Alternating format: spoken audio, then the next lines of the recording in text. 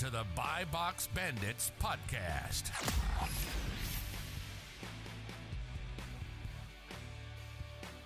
What's up, everyone? Welcome back to the Buy Box Bandits podcast. Today, we got an awesome guest. We got Greg from Toyfolio, who is a toy investing specialist, probably the only toy investing specialist we'll ever have on the podcast, as well as a good selling Amazon author, and has done directly pulled from his Twitter bio 2 million in sales in the toy category on Amazon part-time. So Greg, thanks for being with the Bandits today. We're super excited, especially this time of year, the Bandits to learn some more about the toy game on Amazon, just that stuff in general. So good to have you here, man.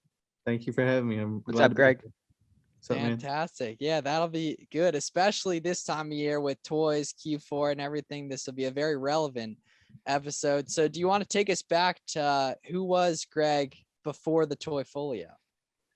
I was dabbling in Craigslist and eBay back in 2014, 2015, just trying to sell anything and everything to make money to buy a house. I got engaged in, 2013, and in 2015, I looked and I was like, I'm getting ready to get married, and my wife is in graduate school. She's not going to be working any kind of job, and I was making like $35,000 or something like that, and that's what we're going to be living on. I was like, I need some way to increase my income, and so that's why I was like really heavy into eBay back then. But it honestly burnt me out, and I kind of tell the story in the book that my friend was doing Amazon at the same time, and he was like, dude, you need to sell on Amazon. There we go. I was like, I didn't even know that was a thing. I was like, you can sell on Amazon? He was like, yeah, it's way better than eBay, because you just don't have to take any pictures. You don't have to like ship anything yourself. Like, you just send it to Amazon and you're done. And I was like, that's not possible. And so he turned me on to it, and I just dove in like feet first in January of 2015. And I sold anything and everything for that first year, like every category, every niche, just trying to figure out what I wanted to do. Yeah, was that before gating existed? Because I know back then that had to be around the time gating started to exist. Yeah, so it was crazy back then. It was the Wild Wild West, where I think I got ungated in the grocery category from a Walmart receipt, and I got ungated in the health and beauty category from a Food Line receipt. Like I bought like soap or something like that, at Food Line. They got me ungated in health and beauty. But I saw the question that Oliver Flips asked on Twitter about the red velvet pancake mix. So that was like, I got ungated in grocery by just like scanning random stuff in Walmart, and I found, I started in January, and so all the Valentine's stuff was out already. And I found this red velvet pancake mix that was like for Valentine's Day, and I could buy it from Walmart for like $3, and I could sell it on Amazon for 12 and double my money. Dang. So I got ungated with red velvet pancake mix, and then that was my first FBA sale. I remember I couldn't even know how to like check everything on my computer. Like, I was calling my friend, like, I see something that's sold, but I don't even know how to check what it's sold, and he was walking me through it. It was fun time. Definitely. Yeah, shout out to your friend for helping you too, because we were just talking about this on the last episode we recorded. A lot of people are scared to talk about this stuff. They're afraid of competition and all that. And as all of us know, we've benefited a ton from giving a lot of free game out online, and it's brought us back a ton. So you definitely agree with that point that, relationships are everything in the business. Absolutely. Yeah, I wouldn't be where I am without him. I don't think I'll ever pass him. He's like the top 3,000 seller. I was gonna say, does your friend still sell on Amazon? That's really interesting that he still does it too. That's cool. That's very cool. There was a handful of people that he kind of like helped get started, and I'm the only one that's kind of stuck with it. All right. Well, clearly it worked. Yeah. Big shout out to him. Does he have an online presence at all? No, that's the thing. He's a multi-million-dollar seller, and top 3,000 you said. So that might be multi 8 figures then, right? Multi. That's private label or arbitrage, or it's kind of a mix of like wholesale and private label.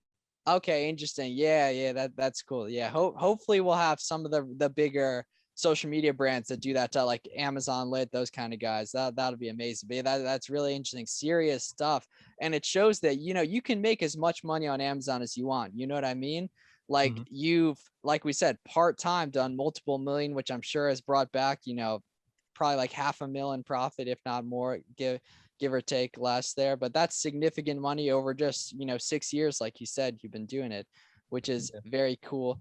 And so you're known as Toyfolio online, which is a really cool name.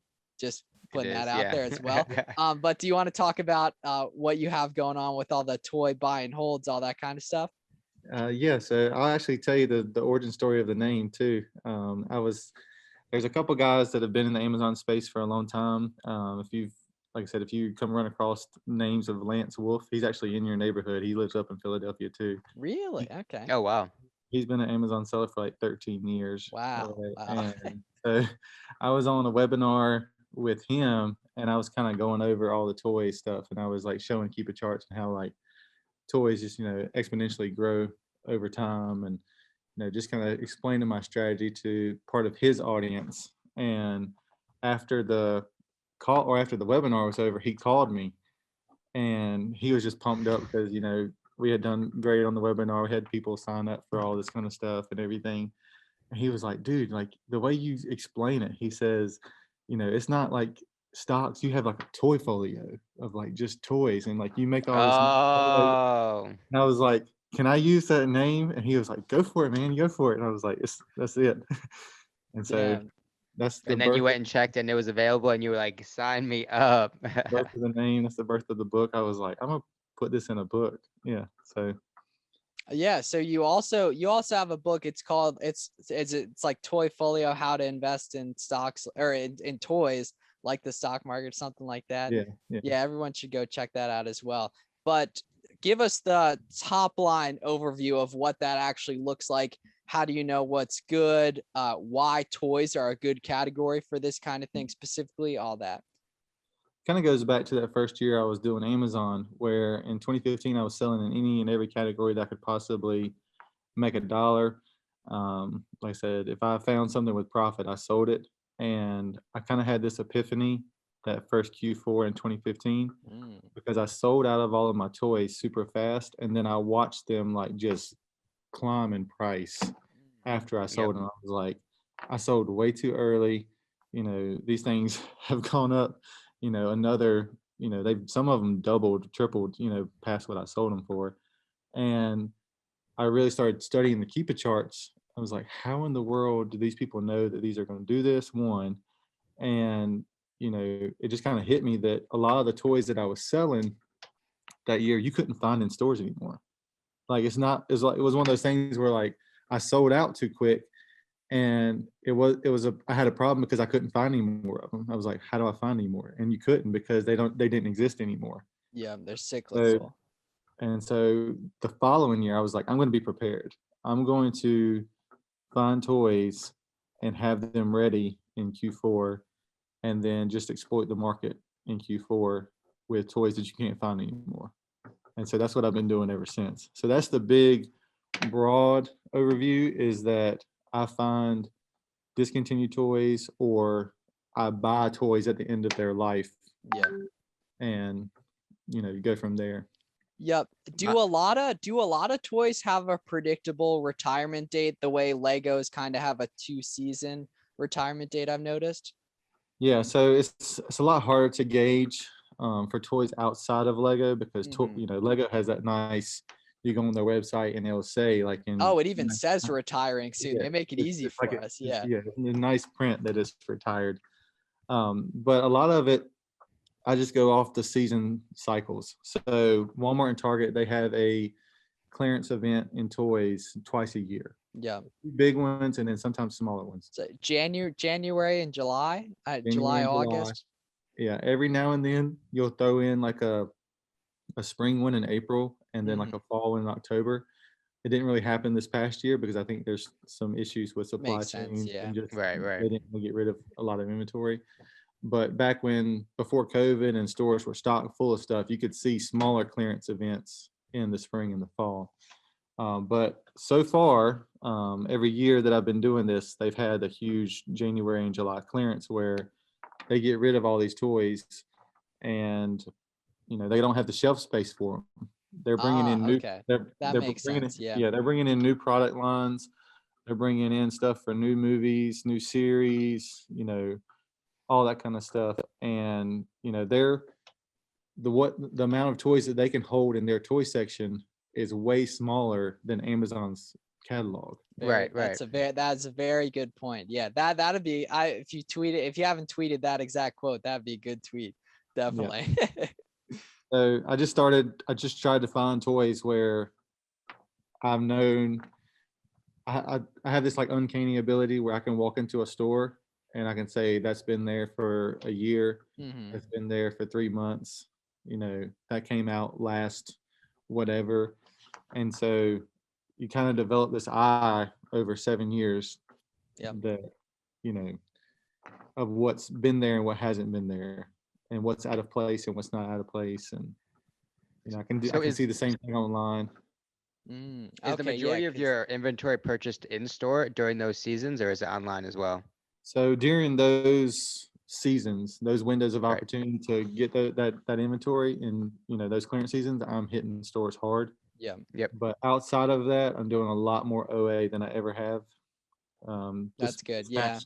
Makes this sense. past year was by far my biggest OA year.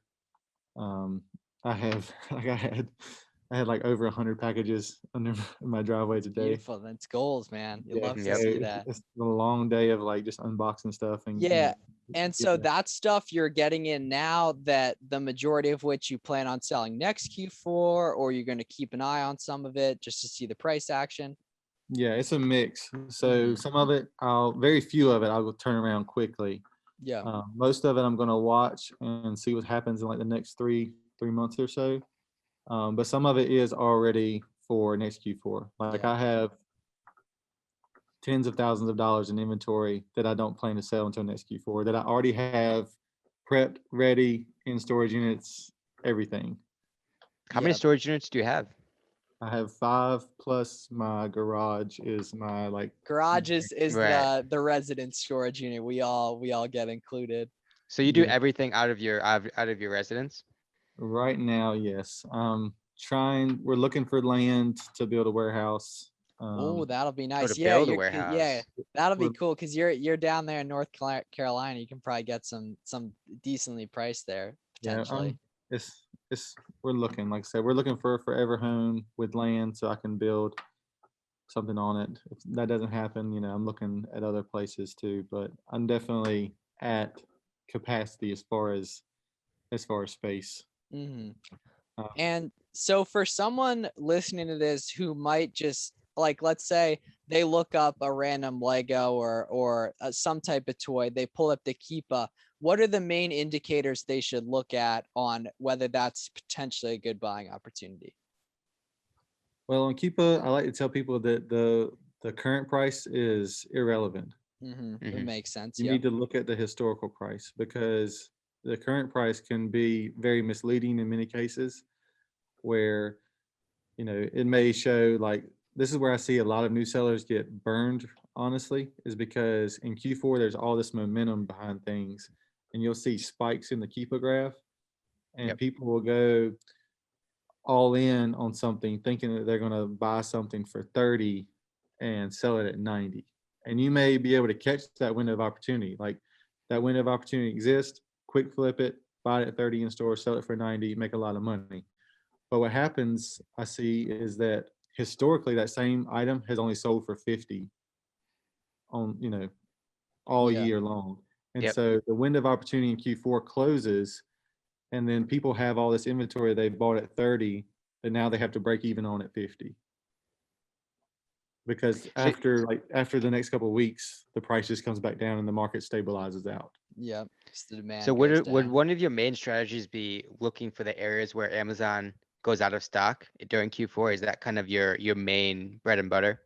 Yeah. So the main thing that I really like to do is I like to be on year or so old toys where I know that they don't exist in retailers anymore. Mhm. So whether it be like a retired Lego Advent calendars are my favorite thing to sell.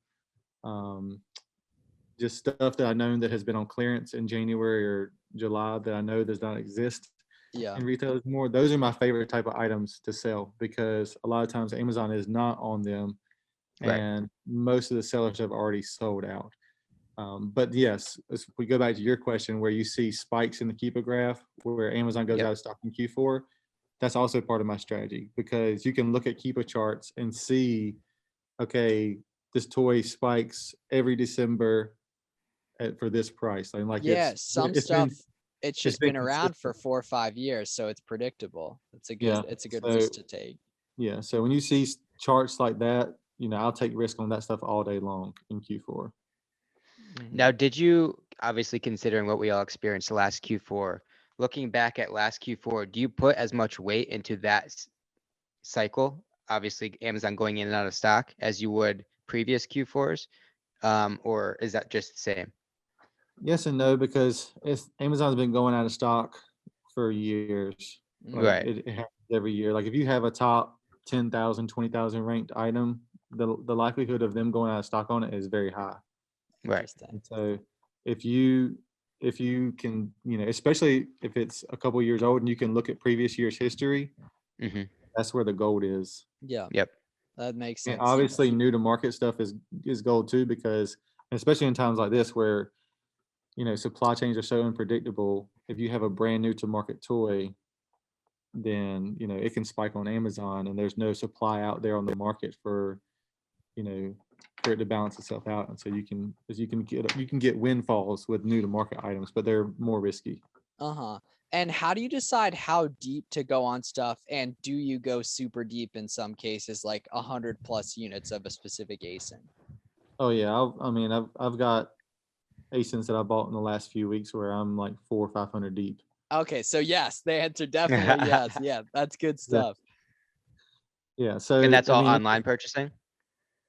Yeah, they were all online. Nice. Yeah. But, Everyone, if you're doing RA, do more OA. You won't regret it. Anyone out there Yeah. listening. yeah. I love RA and I can get huge quantities sometimes, but it's getting harder. It's getting harder to get larger quantities in store Yeah. So I without was, oh, without sorry. driving. Oh, Saying well, I don't mind yeah, there we driving. go. I'll drive like 4 or 5 different states. Mm-hmm. Yeah. And what percentage of your sales come in Q4, like maybe December specifically compared to the other months typically? I'm very Q4 heavy. Like I would say probably there's a very good chance like at least a third of all my Of your sales annual sales? Yeah. of annual sales come in Q4. Cool. I've, And I do spent you, I spend all year prepping for Q4. Like people Mhm. joke, people joke around and say when you start preparing for Q4, and I say December 26th, and they laugh because they think I'm kidding, but I'm not kidding. Yeah, I remember I asked you maybe in like September or something, like, are you sending stuff in? Because I was, trying to learn the game here and there. Like as I'm talking to you face to face, I clearly haven't well enough yet. But you were saying, yeah, definitely. I think maybe even like August you were sending stuff in, right? I started sending stuff in like the 3rd week of August. Because you probably have a good sense of when long-term store. I honestly don't know when long-term storage fees would kick in for specific items. It might be 3 months or I don't know. But I'm I sure think you have I that can't remember calculated. exactly, but I Okay, know well the then, fees increase in October because of Q4. Yep. that makes sense. Yeah, and Does do your they? Oh, you got it, Garrett. does your strategy, obviously heavy into Q4, heading into December, does that make cash flow throughout the rest of the year difficult? Say June, July, in the heat of the summer, when you have only made the most of your money 7 months ago. Does that make that difficult? What's your strategy in terms of managing that cash flow year round? Yeah, it can. It does get tricky sometimes, but I'm also so like right now, all these Black Friday deals that have been happening over the last few weeks, I've been buying them like crazy, and I have all that stuff sitting in storage, like ready to go to Amazon whenever I wanted to go. Everybody right now is beating each other up on price, trying to sell it before Christmas because we all get like this imaginary deadline in our head that if Mhm. it's not sold by Christmas, it won't sell. And so people kill each other trying to sell it before Christmas, and then they run out of stock. And then that's the kind of stuff that I sell in Q1 and Q2. There'll be all kinds of January deals. Oh, to where buy. Yeah. stores on in store and online. That's one of my favorite months to buy is January. Okay, gotcha. That's You good will to know. make you will make your most money in Q4 on the items that you buy in January That's every Wow, year. that's a tweet. yeah. It's interesting to get such a different perspective because almost everyone we talk to, and definitely both methods are great. It's just interesting to hear from someone you think very long term, you think very tactically about stuff, reading Keepa charts like stock charts, that kind of stuff. It's interesting. I'm trying with my strategy. I'm trying to sell the least amount of inventory for the most amount of profit. Yeah. I want to Yeah. touch as few units as possible, and I want to do as little work as possible. Yeah, and we don't have to get too deep into the weeds if you don't want to share, but what is your net margin and ROI, like average ROI end up being typically? It just depends on the item, but I would say on average, it's at least probably like 75%. Like 75 or and yeah, ROI. Yeah, which is crazy. That's over Yeah. double what mine is. Yeah, so that's interesting to hear about that. Yeah. And for like beginners who are listening, like I'd say industry wide, people doing arbitrage, like doing under like a mil or under 2 mil or whatever, typically around like 40% ROI was what people, I would say average 45%, something like that. Right. I would even say probably closer to 30, 35 Well, I would is say for that, once you start hitting those numbers, I think you're going deep on stuff and thinking more Yeah. in scale. I'd say a lot of the newer people, like some of our, like the people typically on social media, I think are probably a little higher than that, but regardless. So it shows, I mean, astronomical margins this man's putting up, and it's clear why you've had so much success for that. So just in terms of brainstorming for our listeners, what types of toy like brands, all that are you doing besides just Lego, just to kind of name drop some? So my favorite, like I said, my favorite items to sell are advent calendars Mhm. by far. Just because they eliminate most of the competition for you because No one will hold. nobody holds because they put out a new one. Like there's a lot of quick flip opportunities with them right now, but they make a new version every single Yeah. year and they don't keep selling the previous year's versions. Like very rarely do they do that. We've seen a couple of those instances this past year, but you can't get your hands on 2 or 3 year old advent calendars in most cases. So So does that make it a collectible item? Like who is purchasing a 2019, 2020 calendar in 2021, Clearly a 2022? lot of people. I mean, yes. well, the beauty about advent calendars, a 2019 or 2020 advent calendar is not tied to that calendar year. You True. can use it in Yeah. whatever year you want to because it's just counting down the 24 days before 20. Christmas. Yeah. So it Oh, doesn't, duh. it doesn't matter. That was a little, we'll get a funny edit on that potentially on that clip. Yikes. But so Yeah, to name yeah. drop a few like advent calendars, the Funko ones, the Lego ones. Oh, okay, Funko. Yeah, I did not think of that brand for whatever reason. I'm sure you do probably a lot of that. A ton. Mm-hmm. He Um, says a ton. He says a ton with a smirk. then Okay, so cool. Jurassic World is probably my next favorite.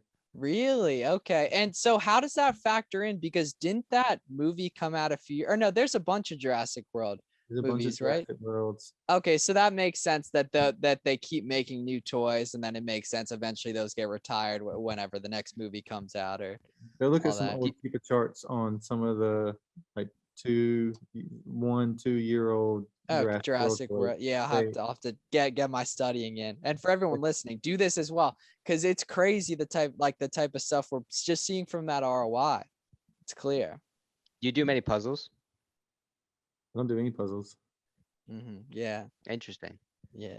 Oh, well, now that I think about it, yeah. That's that one fall like too deep into the toy category, I guess. But I'm sure there's Star Wars stuff, like Transformers, any of like the big movie brands, I guess. And that's the thing too. Like I've looked at it, like kind of searched around stuff like specifically Lego, like Amazon goes out of stock in pretty much everything in December. Yeah. And then it makes sense. Amazon goes out of stock. goes to the Yep. moon. And Sales what rank would goes you up, price say? goes up. Yeah, so Garrett and I were we were looking at some of the same Legos to buy like the past month or so. What would you say is the sweet spot when like Amazon hits? It seems like it's like December 5th, December 10th, those days typically. It's moved up. It's gotten earlier and earlier every Oh, year. that's good. Hey, that's music to my ears then, thinking Yep. for the next couple of years. Like a few years ago, like the sweet spot was December 15th through the 18th. Like Okay. Yeah, 'cause those way earlier now from what I've looked at, yeah, limited. because 3-4 years ago, Amazon Prime 2-day shipping was exactly that. It was 2-day shipping. Like it's not Mhm. all this, order it and you'll have Yep. it in 2 months type of thing, or Yep. even Prime now is like 3 or 4 days, if that, just because of all the shipping craziness in the world today. Yeah, So people trusted that Amazon would get you stuff in 2 days, and so people would wait literally until the last minute. makes And sense. my like December 15th through 18th, even as close to Christmas as like the 20th, 21st, like all those days would blow out Black Friday and Cyber Monday like out of the Really? water. Okay. Out of the Yeah. water. It wasn't even close.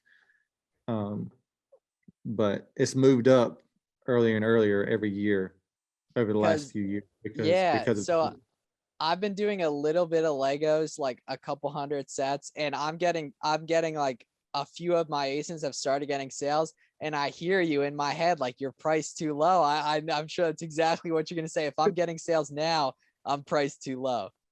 Well, I mean, it's all about negating risk too. Like you Oh, well, have to like very Yep. good point. yeah, Yeah, you true, have to true. like, And Miles is a especially very somebody risk new. averse person.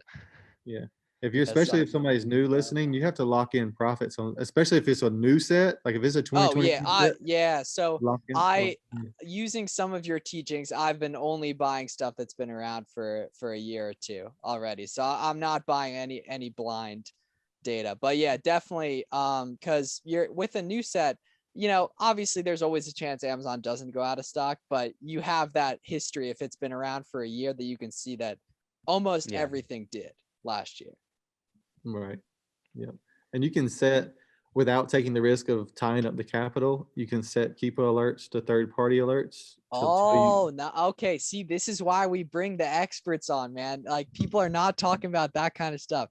That's really good stuff. So do you want to elaborate on that for people who might not be super familiar with it? Yeah. So if you go to the Keepa chart and you can just hit I think it's like track or something like that. Yeah. Most people use it to track when Amazon comes back in stock on like a hot item. They want to be So able they to can buy, buy it from Amazon to flip back on Amazon. But you can also set a third party alert for when Amazon goes out of stock. So if Amazon's selling a Lego for 50 and you want to know that it went out of stock and somebody's selling it for 75 or 80, just so it's on your radar that they're out and that can you possibly should be looking at that as a pricing strategy. That's a really, really good tip. And I think I'm going to do that on a lot of my stuff. Yeah. So you set the third party alert at $75 to $80, and then there's a little thing that you can toggle back and forth that says or less or more. You put the $75 to $80 or more, and it'll alert you that it's above that price threshold that you've set. Yes. And on the topic of pricing, do you reprice during Q4 or do you diamond hand at your set price? I'm doing Typically. everything manually. Like Nice. Okay, so you're in the trenches then. Yeah, I'm definitely. looking at stuff every day, just Yeah. kind of like gauging, like, all right, I'm looking at how many people have, just that kind of thing where I'm just. Oh, okay. Major nugget there. Looking at how many people have. I get a question pretty much daily. How many sellers is too much on a listing? But I tell them if a like Coca mounts, for example, like the hottest toy last year, it seems like one of the hottest toys again this year, probably 200, 150 sellers on it. But if you look through, almost everyone has only one or two in stock, which is the exact same thing as one person having 100 in stock. Right. Yeah. The number of sellers is irrelevant. Absolutely irrelevant. Yeah. If you have margins to make profit, then this number of sellers is irrelevant. So like this year, the Magical Mixies is like the hot toy. There's Yes. like Yeah. there's like 300 or 400 sellers on that listing, and everybody's making, like, you can at least make like $30 profit on it right now, even with 400 sellers on the listing. So the sellers is irrelevant when the market is perfect. when there's a perfect balance between supply and demand, then it doesn't matter. Yeah, and kind of an interesting thing I guess thought about in terms of once Amazon goes, like let's say a retired toy, for example, what sales rank does it end up getting to by the time you're ready to exit? If that number exists at all, I'm curious. I still am selling at pretty good sales rank because I'm mostly turning over stuff still within a year. You know, Oh, a lot okay, of yeah. times So it's still probably within, 50 yeah, to 100K typically. yeah. I mean, this is usually as high as it gets. Sometimes it gets up, up there if I find something really old or, Hmm. but I'm buying and holding basically to the point where I've eliminated most of the competition and I've gotten to Exactly. Yeah. So, a, and it's just stuff like Legos, they're good. Someone's going to buy them, even if they're two, 18 months old or whatever. Like that. So in terms of sourcing, do you do mostly just like straight up Walmart, that kind of stuff, like Amazon? Walmart is my biggest source. Yeah, they do. They never cancel, man. Do you ever run into cancels with them? Hardly ever, So maybe. beautiful, man. Target's over here hating if you buy more than Yeah. one unit of something. Yeah, I've gotten to the point where I mean I order stuff from Target, but I don't really like to. Oh, Um, you're not banned? I'm not banned yet. I have That's very impressive, man. That's my very circle impressive. my circle app or the rewards or whatever. I'm banned on that. But as far as like Oh, being able to like order, I'm very strategic on Target. Like I'm if I'm sure. going deep on something at Target, I will place like 3 to 4 orders a day, 3 to 5, and I spread them out. Like so, I'll do one like early in the morning, morning, yeah. Mhm. one in the mid morning, one after lunch, one in mid afternoon, one at dinner. Like, and a lot of times, they're pretty quick to like show like shipped. If you can wait till after it says shipped, Then then yeah, that you're makes really sense. you're good to go then. So on a week where like they have like a week long, most of Target sales are like a week long. So they run Mhm. from Sunday to Saturday. And so if you find a good item that you want to buy, you can place 4 or 5 orders a day over a week's time. And go deep. Yeah, okay, that's a very good point. In there, does Walmart have a store specific credit card you can use that gets you some extra stuff? They do. This I think it's through Capital One. You get like Mhm. 5% Oh, so online Oh, wow. and like 2% in store. I think that for the that first might be year, on my hit list then for the next year, I've for got it. It's sure. pretty good. Yeah, so you I mean, probably end up using that a lot for obviously Yeah, all the the Walmart only purchases. problem I have with it so far is like the limit on it is they start you off really small Ah, on the okay, limit, that makes sense. Yeah. and I've only gotten like one increase on it, and so That's you know, tough. Yeah. See, so some the days I mean, purchasing power of other cards definitely outweighs it. yeah, yeah. Kind of a funny point. Speaking of Target, our friend Danny, who's our third host, who's not here tonight, obviously. He got the Target red card or whatever the Target credit card is. He like applied for it, used one of his Chase 524s, and literally just got banned instantly. And the hard inquiry stuck. It's like Right. such a terrible, like just Yeah, an L all around. I mean, he just right. got so clipped on it.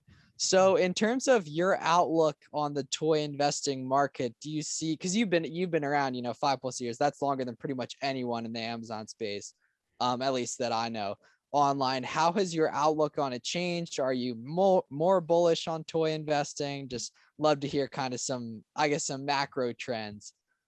Um, there's definitely more competition. I have noticed that there's a lot more sellers. There's more competition, but I'm as bullish as ever on the toy market. I think that there's just, you know, so much opportunity out there. People are buying way more online than they are in store. And, Yep. overall, not just Q4, but that's, been a nationwide trend, This is especially, continuing. yeah, Yep. COVID just accelerated that. So people are shopping there, and you know, there's everybody's looking for convenience. Like they want to make their life easier. I use the example of my brother all the time. He lives in Raleigh, and before COVID, he had like a 40-minute commute to his Ooh. office and back in the mornings and the evenings, and like was going through rush hour traffic in Raleigh, and sometimes would have to get stuck. He does not want to get out of rush hour traffic after work, go to Walmart, look for a toy that may or may not be there. Yep. Okay. And then get home late to his family. He wants to press a button and for it to show up on his doorstep in 3 days and be done with it, even if he pays $20 more than what he would have paid at Walmart. Yeah. Mhm. Like that is not going away anywhere. Like that is only getting, Yeah, people are doing that more and more. Yeah, exactly. As people shop online more, and as in terms of like innovation, Walmart's obviously adding their third party, whatever, but like Amazon's the one really pushing innovation, trying to get stuff to people as quick as possible. And that's obviously helps us Yeah, I mean, being we the one see filling that same day demand. delivery sometimes now. Like their logistical system is just getting better. It's only going up, right? And Yeah. that's only going to lead to faster deliveries, more on-time deliveries, and just better customer service all around.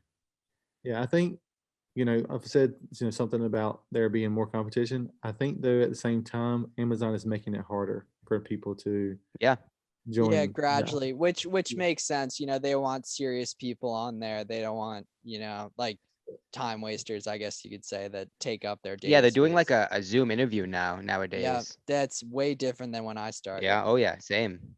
So the more barriers to entry there are, the less people are going to be coming Actually on. do it, which is good. Yeah, like it's only going to get harder to start. I've told people that, even just like creating an account or whatever, but it's easier than ever to scale, man. The way getting in like PFP, all that, networking with other sellers, it's so important. And so now I would love to hear about the book. So what inspired you to write the book? When did you write it?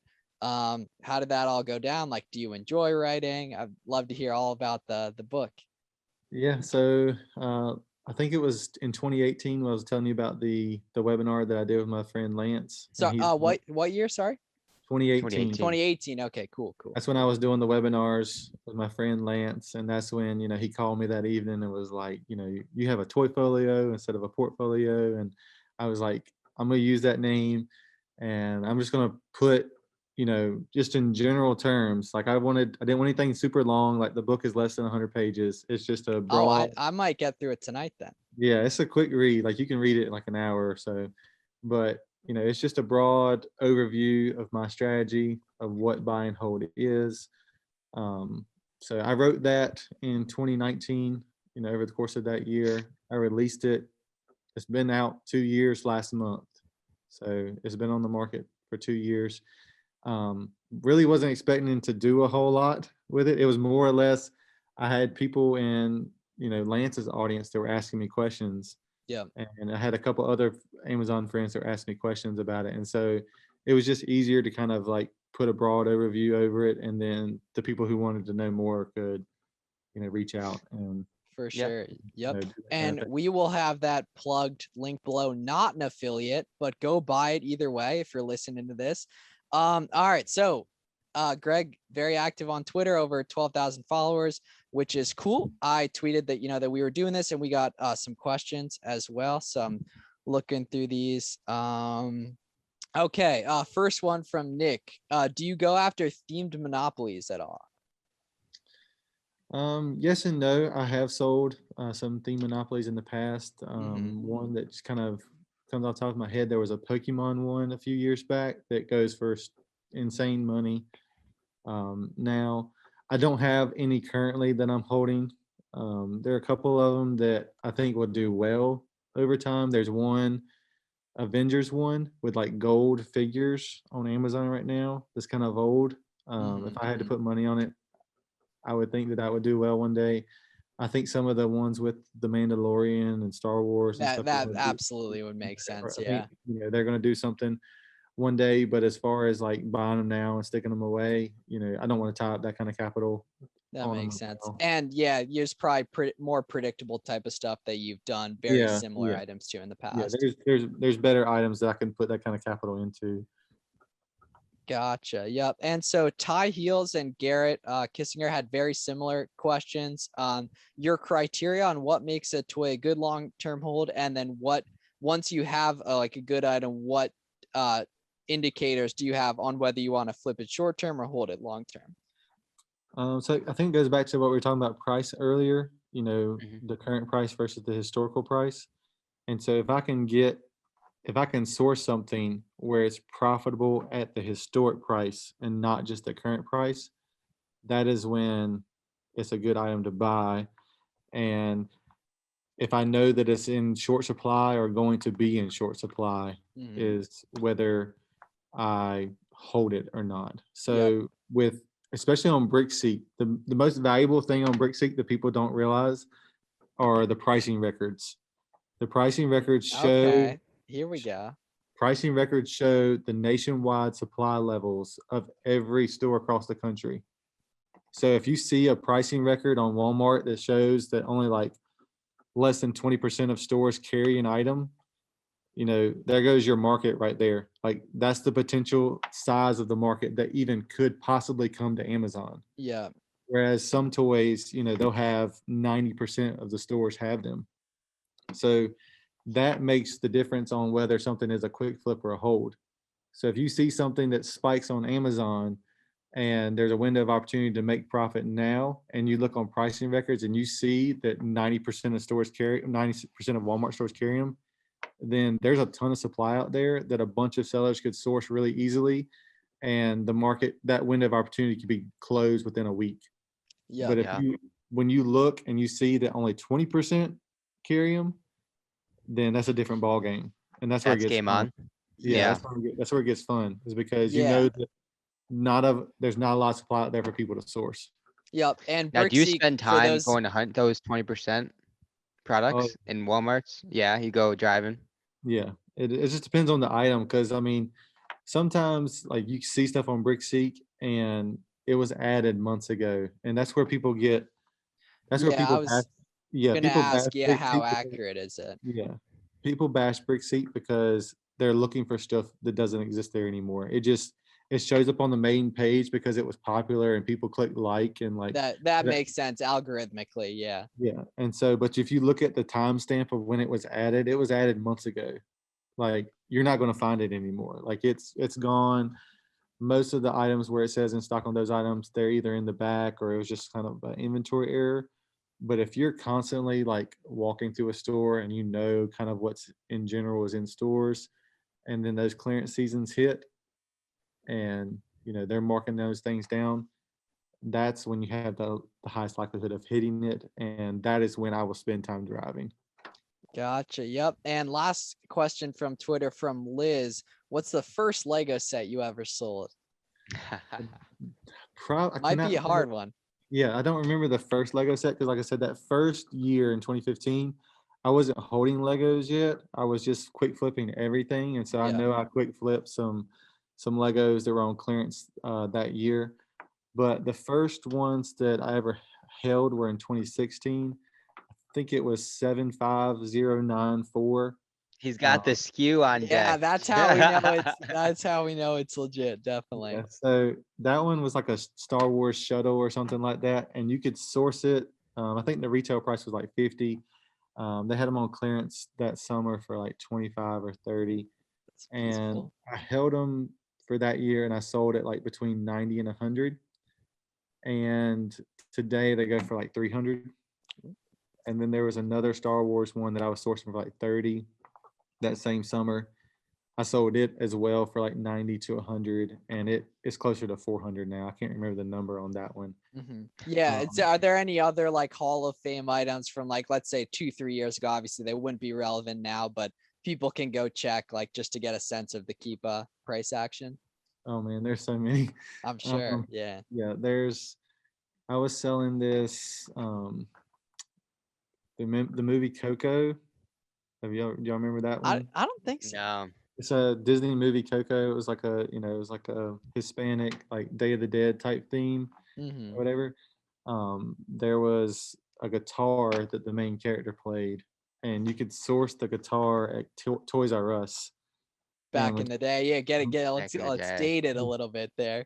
When Toys R Us was going out of business, like I remember everybody had or all the stores had these Coco guitars that were like half off, and it made it like $17 or something like that. And they weren't even really profitable on Amazon. But so this is how my mind works. Like they were like going for like You had a 40. feeling. Yeah. They were like $40 on Amazon. So it was like right at break even, but the sales rank was like 10,000. and the Keepa Chart showed that it had like spiked up into like the 80s and 90s the previous Q4. Yeah, when Amazon went out of stock. Yep. And when Amazon went out of stock, and Amazon hadn't been in stock for a while, and I think I sold hundreds of those guitars for like $90 that year. You said a $15 buy cost or 20 or? It was like it was like $17. All right, yeah. So that gives a very good indication there of the type of banger items that are out there for sure. And I just want to clarify for some of our newer viewers, BrickSeek is a tool to find retail arbitrage stuff, and just products in general sell on Amazon. And it's not Lego specific. I know we talked a lot about Lego so far, so it's not Lego specific for anyone wondering. It's a good tool. If you're a beginner looking to do RAOA, you should go check that out. But very, very good. That's how it started. That's how it started. Was okay. That makes sense then with the name for sure. Okay, because I just didn't want to trip anyone up. That's very good. All right, fantastic, dude. Thank you. That was an absolute masterclass in toy investing, which was a lot of fun. Where can everyone find it? We said the name like 18 times, but either way, where can everyone find you on socials? Just Twitter is where I'm most active. Is at Toyfolio, and then my book is also titled Toyfolio. Yep, and it'll be linked in the description. But yeah, thank you, man. We really appreciate it. Everyone out there, go listen to this episode. You might have to listen to it a few times. Go read the book and then get some good buys in January. You said, right? January is where you get a lot of the good buys in for the next Q4 and just toys in general. But yeah. All right. Thank you, Greg, for coming on. And thank you to all our listeners who made it this far in the episode. Make sure to go, let us know your thoughts in the comments, like, subscribe, do what you got to do. But yeah, thanks a lot, Greg. Thanks for having me. Appreciate it.